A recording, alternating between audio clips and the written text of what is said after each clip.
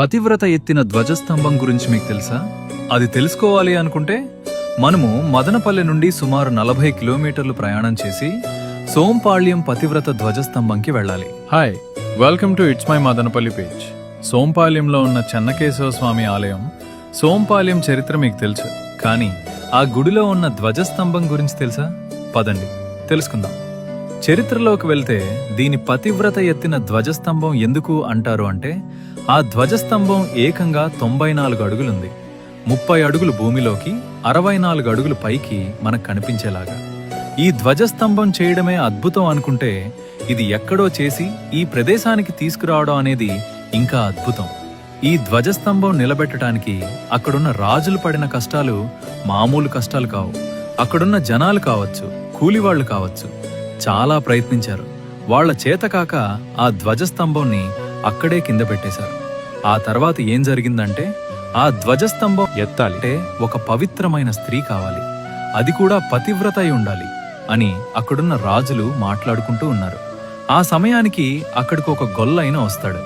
వచ్చి అక్కడ ఏం చెప్తాడు అంటే, నా భార్య ఒక పతివ్రత, నేను వెళ్ళి తనని తీసుకుని వస్తా అని చెప్తాడు.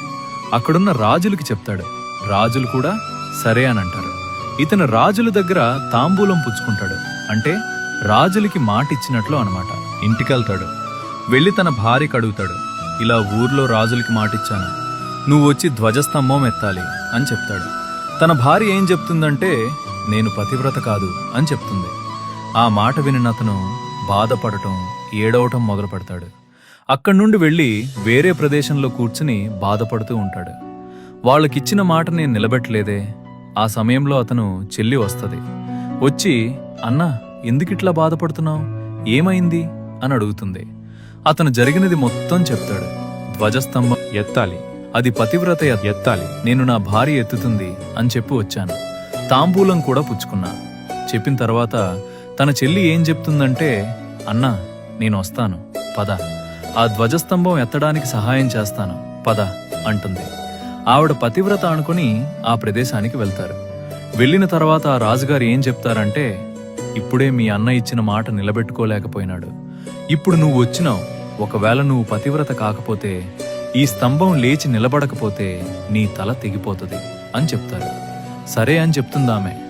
ఆ తర్వాత అందరూ ధ్వజస్తంభం ఎత్తడం మొదలు పెడతారు. ఈమె కూడా ఒక చెయ్యి వేస్తుంది.